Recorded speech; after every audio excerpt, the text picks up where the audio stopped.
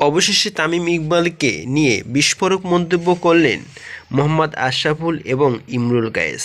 সাবেক এই দুই অধিনায়ক যে তথ্য দিয়েছেন তা শুনলে সকলেরই গা শিউরে উঠবে। জাতীয় দলের হয়ে সর্বশেষ ২০২৩ সালে খেলেছিলেন তামিম ইকবাল। এরপর আর লাল সবুজের জার্সিতে দেখা যায়নি টাইগার এই ওপেনারকে। গতকাল শুক্রবার রাতে আনুষ্ঠানিকভাবে নিজের অবসরের কথা জানিয়ে দিয়েছেন তামিম। বিদায়ের একদিন পর আজ সিলেটে একসময় সতীর্থকে নিয়ে কথা বললেন ইমরুল কায়েস এবং মোহাম্মদ আশরাফুল। তবে তামিম ইকবালের প্রসঙ্গে ইমরুল বলেছিল, ও তামিম ইকবাল যেদিন প্রথম অবসর ঘোষণাতে আমি হতবাক হয়েছিলাম। হয়তো আবেগী সিদ্ধান্ত ছিল। আমি মনে করি তামিম ইকবালের বাংলাদেশ ক্রিকেটে দেওয়ার আরও অনেক কিছু ছিল। তামিম চ্যাম্পিয়ন ট্রফি পর্যন্ত খেলতে হয়তো আমাদের দলের জন্য ভালো হতো, কিন্তু এটা ওর ব্যক্তিগত সিদ্ধান্ত। আমাদের এখানে কিছু বলার নেই। আমি তার সিদ্ধান্তকে সম্মান করি। তবে আরও ২-৩ বছর তামিম খেলতে পারতেন বলে মনে করেন ইমরুল কায়েস। খেলোয়াড় হিসেবে সে যখন স্পট করেছে ওই সময় থেকে খেলা চালিয়ে গেলে সে হয়তো খেলতে পারত আরও ২-৩ বছর।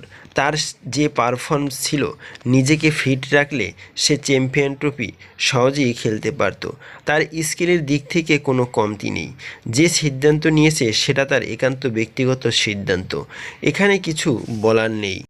তবে মোহাম্মদ আশরাফুলও তামিমের অবসর নিয়ে কথা বলেছেন খানিক আক্ষেপের সুরে। ২০২৩ বিশ্বকাপের পর থেকেই তো তামিম বাংলাদেশ দলে খেলছে না।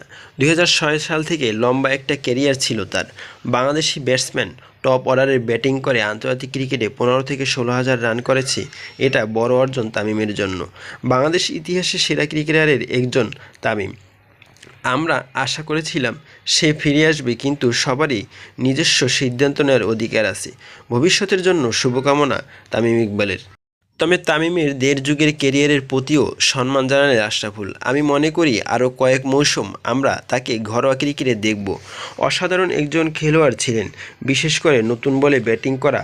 আমরা সবসময় র্যাঙ্কিংয়ে ৯-১০-এ থাকতাম।